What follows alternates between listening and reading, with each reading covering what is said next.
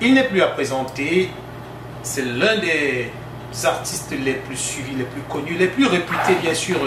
Quand on parle du reggae, on parle de Tiken Jah Fakoly.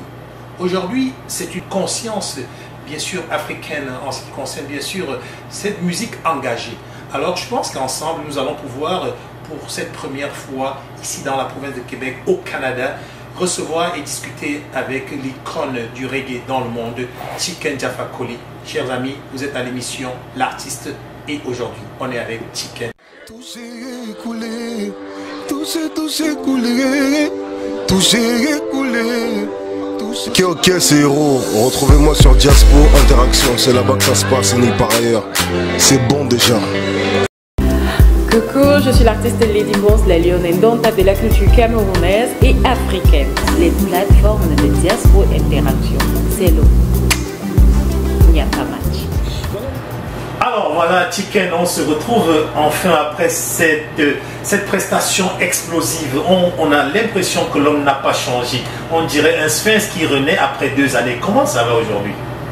Oui, ça va, on ne se plaint pas, Dieu merci. Voilà, c'est vrai que ça faisait au moins 2 ans qu'on n'était pas venu sur scène, enfin qu'on n'avait pas fait de concert à cause de cette pandémie. Mais je veux dire, ça va, on est heureux de reprendre la route parce que c'est un peu notre mission sur Terre, c'est un peu notre... voilà, et donc le fait qu'il y a la reprise comme ça fait plaisir. Une mission qui se ressent à travers l'énergie qui se dégage. Parce qu'on a assisté à ce concert. Tiken, on a vu que vous avez beaucoup d'énergie. D'où est-ce que vous puisez cette énergie-là? Ouais, c'est simplement, il y a 2 choses. Il y a le sport. Le sport. Je fais du sport. Et puis l'autre, c'est la vibe du message que j'ai envie de faire passer. Super. Et voilà, qui donne aussi de l'énergie. La musique aussi donne de l'énergie. Donc c'est tout ça qui font que sur scène, ça bouge. Et il ne faut pas oublier aussi l'énergie que le public nous renvoie. Après une longue carrière semée de coups de gueule, on a vu à travers vos titres que vous interpellez les consciences. Vous prônez aussi à la jeunesse de se réveiller. Qu'est-ce qui fait que vous ne rangez pas vos gants? Qu'est-ce qui fait que vous n'abandonnez pas la bataille? Ce que j'ai dit, je sais que l'Afrique c'est le continent de l'avenir. L'Afrique c'est le continent où tout reste à faire. Et c'est demain là, c'est là-bas que les choses vont se passer. Mais on se rend compte que toute l'Afrique part, plutôt les Africains s'en vont. Et justement, et donc c'est ce qu'on dit aux Africains, on dit mais l'avenir c'est là-bas, vous allez de là-bas. Et donc moi je crois à ce que je chante et je pense que je fais du reggae. Je pense que depuis Bob Marley, le reggae a décidé d'être la voix des sans-voix. Le reggae a décidé de combattre les injustices.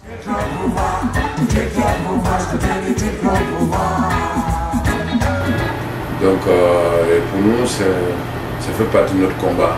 Mais ce qu'on dit aux Africains, c'est que personne ne viendra changer cette injustice à notre place. Tant que les gens peuvent profiter, ils profiteront de notre désunion, du fait qu'on ne regarde pas les choses de près, le fait que ça ne bouge pas, et donc les gens vont profiter, et donc c'est un peu ça. Moi je pense que je crois à ce que je chante, et je sais que c'est un combat réel, c'est un vrai combat, parce que l'Afrique est dans un processus de réveil, de démocratisation, de développement, et donc je sais que le reggae a son rôle à jouer aujourd'hui, parce que rien ne sera fait sans les Africains. C'est un peu ça. Et puis, Bob Marley a dit dans une de ses interviews, il a dit, quand le reggae, il a dit un jour le reggae partira à la source. Quand les Jamaïcains parlent de source, ils parlent de l'Afrique. Et il a dit que quand le reggae sera en Afrique, le reggae prendra sa vraie place. Et c'est ça, parce que le reggae joue un rôle quand il y a des situations comme aujourd'hui dans beaucoup de pays africains, parce que la Jamaïque était comme ça il y a très longtemps. Ce n'était pas qu'ils sont sortis de choses, mais ils sont très réveillés les Jamaïcains. Et Bob Marley y a contribué.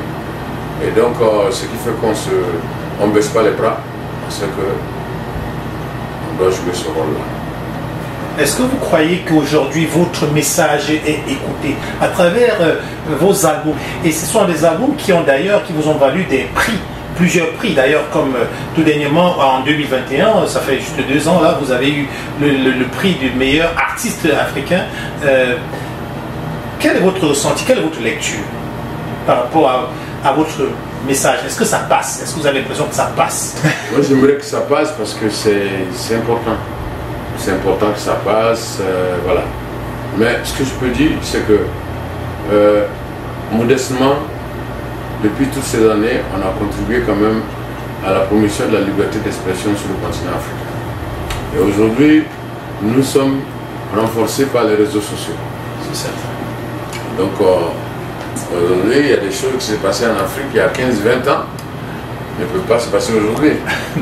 Le Mali aujourd'hui qui résiste, si c'était il y a 15 ans en arrière, il y aurait eu déjà un coup d'État ou un président assassiné. Mais on ne peut plus faire ça. On sait que le peuple sait qui fait ça. Et donc pour moi, c'est tellement...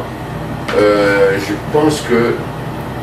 Je ne dis pas qu'on est réveillé, mais je pense qu'on commence à comprendre les choses. Quand tu vois aujourd'hui, voilà, tout se sait aujourd'hui. Et donc, ce qui fait que on commence à... Mais le principal même, ce qui va nous sauver là, on n'est pas encore arrivé à ça. C'est l'unité. Ok. Ça, c'est un problème essentiel. Non, mais l'Afrique doit être devant, pas l'Afrique est derrière, parce qu'on est divisé.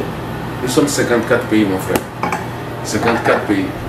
La Côte d'Ivoire produit 40% du chocolat qui est consommé chez les Blancs en Occident. Le Ghana produit 20%. Le Nigeria produit 15%. Nous sommes à 75% de tout le chocolat qui est consommé dans le monde entier.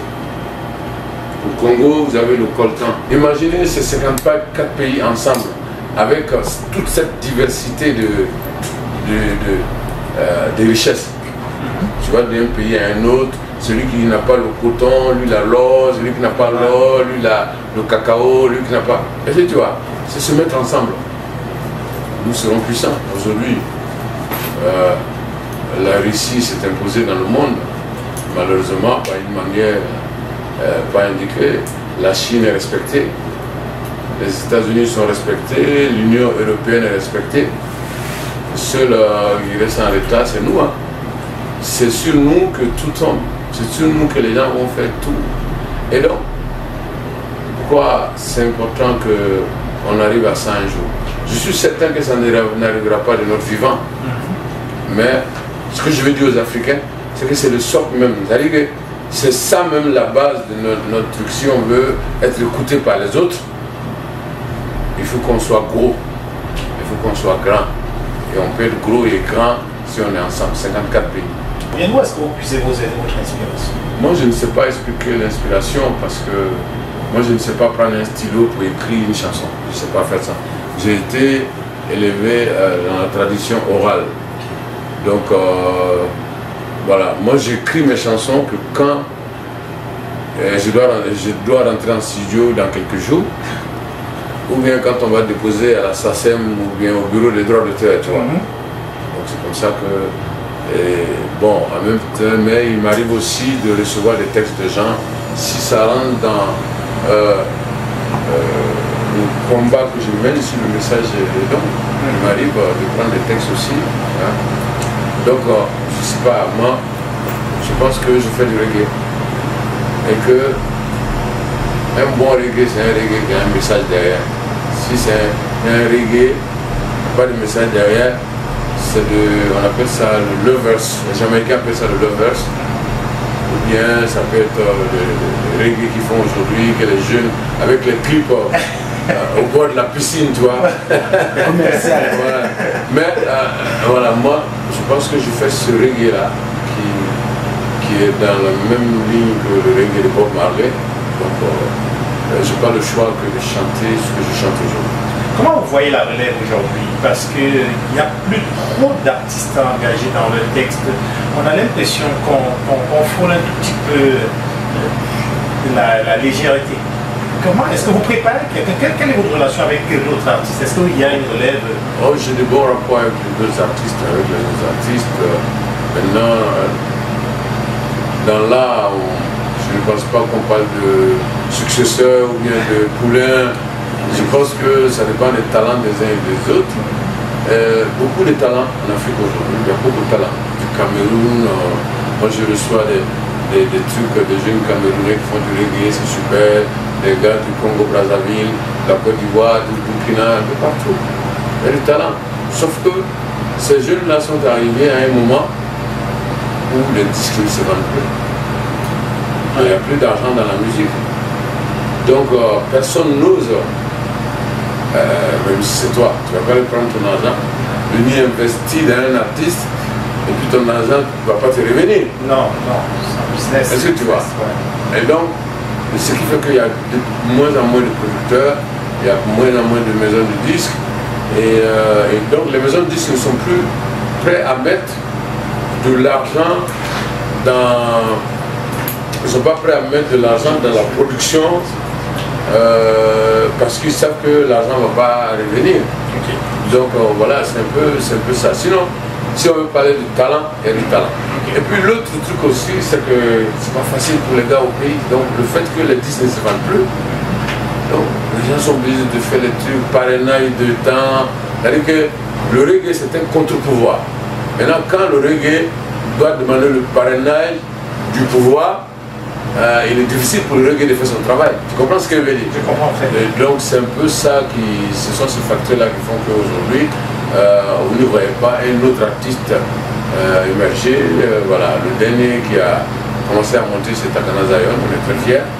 Et puis on espère que d'autres vont avoir la chance parce que voilà, on peut avoir le talent, mais il y a des choses qui accompagnent quoi. Un mot de fin pour nos téléspectateurs. Ok. Ben, le mot de fin, c'est que dire à la diaspora de bien nous représenter par le comportement, par... si un Africain fait quelque chose qui c'est pas bien, on va dire, ça gâte le nom des Africains, comme on dit. Ouais. Leur dire que dès qu'ils ont des diplômes, etc., on espère qu'ils reviendront en Afrique. En tout cas, il faut qu'ils reviennent tôt ou tard en Afrique. Parce que personne ne viendra changer l'Afrique à notre place. Super. Voilà, on sait que c'est difficile, que quand ils ont leur diplôme, quand ils viennent, ils sont confrontés à la corruption. Bon, ça c'est notre palabre de tous les jours. On espère qu'un jour, les gens vont être reconnus par leurs valeurs. Voilà, vous avez écouté les conseils de Tiken aujourd'hui à Québec. Il a fait le bonheur de plus de 4000 personnes qui étaient là au rendez-vous. Alors on se retrouve très très bientôt. Merci.